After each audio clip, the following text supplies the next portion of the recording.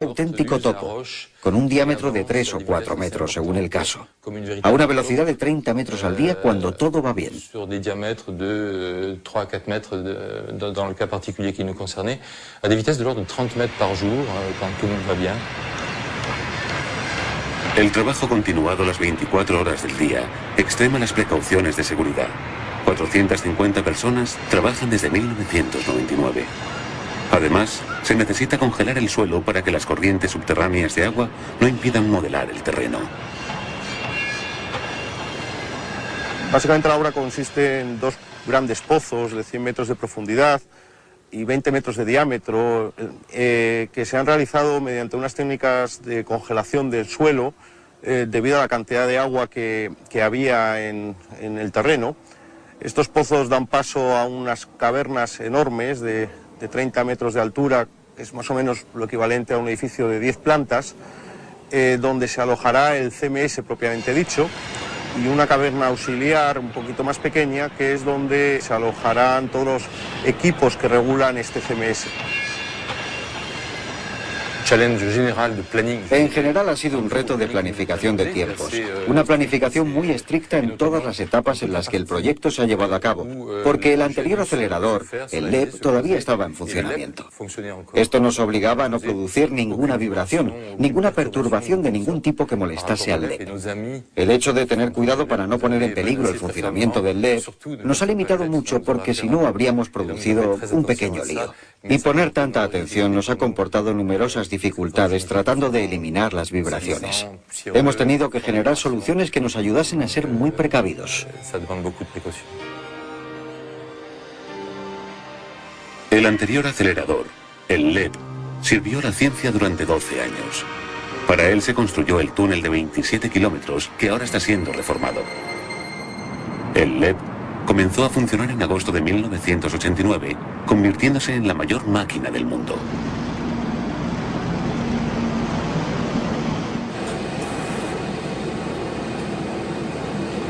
Gracias a las colisiones entre electrones y positrones y a sus 4 detectores, se verificó la validez del modelo estándar. Y muchos de los datos que proporcionó continúan analizándose hoy día. Su eficacia fue tal que solo 2 meses después de su puesta en funcionamiento, nos ofreció la certeza experimental de que la construcción de la materia consiste en 3, y solo 3, familias de partículas. Pero todavía quedan preguntas por contestar. Para los físicos del CERN, quizá la más urgente sea responder a Newton y Einstein con un genial descubrimiento. Hace 3 siglos, Isaac Newton nos dijo que el peso es proporcional a la masa, pero no supo decir de dónde venía. Hace casi un siglo, Albert Einstein reveló que la masa es una forma muy concentrada de energía, pero tampoco sabía cómo se generaba. ¿Por qué pesan las cosas lo que pesan? ¿Por qué las partículas adquieren una masa determinada? ¿Y por qué el fotón no tiene masa en absoluto? La respuesta está en el vacío. Parece ser que el vacío no está tan vacío como podríamos imaginar, y que atravesarlo supone un pequeño esfuerzo para las partículas. El vacío es lo que te queda en esta habitación, por ejemplo, cuando sacas todo, sacas el aire, me sacas a mí, apagas la luz y parece que no queda nada. Sin embargo, lo que queda, que es el vacío, tiene una entidad positiva y la capacidad de hacer algo. Un pedazo de vacío puede repeler a un otro pedazo de vacío. Este extraño fenómeno se llama la constante cosmológica y es algo que inventó Einstein, que luego pensó que se había colado y que era su peor error. Sin embargo, hoy en día pensamos que no era su peor error, era quizás una de sus intuiciones más geniales. Y es que el vacío, a pesar de estar vacío, podía tener una incidencia en la realidad y no estar realmente vacío, sino estar lleno de algo que es una energía, una densidad del vacío. Si el vacío no está vacío, puede hacer cosas. Por ejemplo, puede sostener ondas y moverse. Las ondas del vacío son partículas, y esas partículas que son las ondas del vacío son las partículas de Higgs, estas que estamos buscando tan desesperadamente. Por lo tanto, la teoría predice que la masa se forma por el rozamiento con el vacío. El reto de demostrar esta teoría en la que la partícula de Higgs es la protagonista le corresponde a máquinas tan grandes como edificios de varios pisos. Son los detectores Atlas y CMS, rastreadores de las brutales colisiones que producirá el acelerador LHC. Ellos darán con el ansiado bosón de Higgs.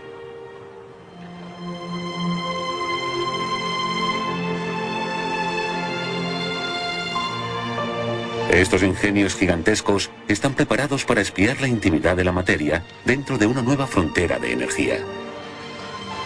Si la partícula de Higgs existe, se revelará en su interior.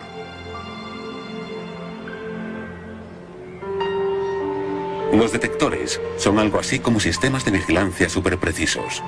No atrapan a las partículas, de hecho atraviesan toda su estructura, pero son capaces de informar de su identidad, de su energía, de su dirección y de su velocidad.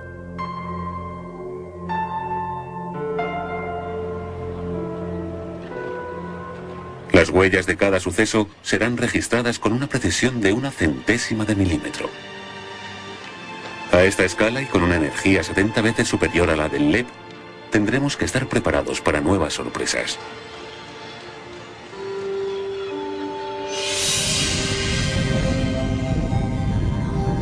Podrán hacerse visibles los componentes de la misteriosa materia oscura.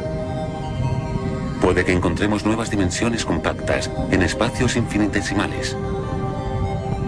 Se verificará si existen partículas supersimétricas tremendamente masivas. O agujeros negros diminutos que se desintegran en fracciones de segundo. So we are here 100 meters underground. Nos encontramos a 100 metros bajo tierra en el lugar en el que se va a instalar el detector Atlas. Este detector es muy grande. Es el más grande de todos los experimentos del Gran Colisionador de Hadrones. Mide unos 50 metros de largo y unos 25 de alto. Es como un edificio de 6 pisos. El gigante Atlas es el más grande de los 4 detectores del LHC. Representa la mayor colaboración científica que jamás haya conocido la física experimental. Las colisiones frontales de protones en su centro dejarán huellas que revelarán nuevas partículas y nuevos procesos en el interior de la materia. Por eso necesita, sobre todo, espacio. Espacio para poder alojar la maquinaria del imán, capaz de generar un campo magnético muy potente y preciso.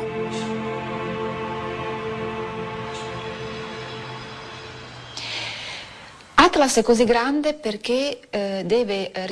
muy grande porque debe revelar y medir partículas de energía muy elevada.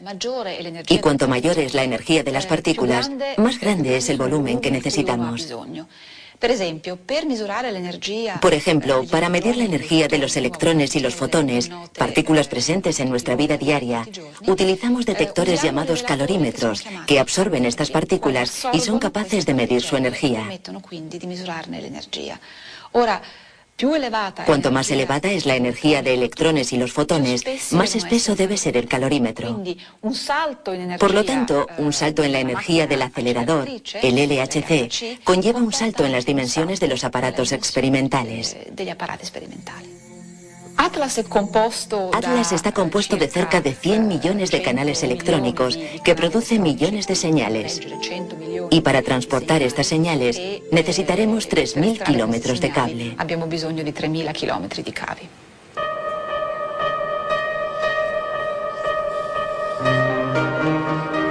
La partícula de Higgs estará acorralada. Puede que se desintegre en 4 electrones. Esa será una de sus particulares firmas. Para que no escape, sus componentes registrarán 40 millones de colisiones por segundo. La curvatura de las huellas en el campo magnético permitirá determinar la trayectoria, la velocidad y la carga de cada partícula. Tras filtrar el interés de cada suceso, solo de 5 a 10 registros por segundo serán considerados interesantes y sus datos se analizarán en todo el mundo.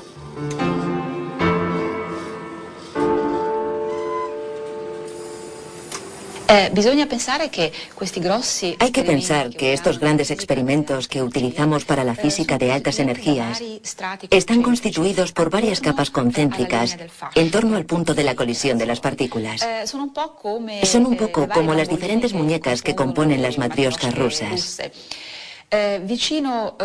Cerca del punto de la colisión tenemos detectores basados en silicio dentro de un campo magnético. que mide la trayectoria de las partículas cargadas que produce la colisión.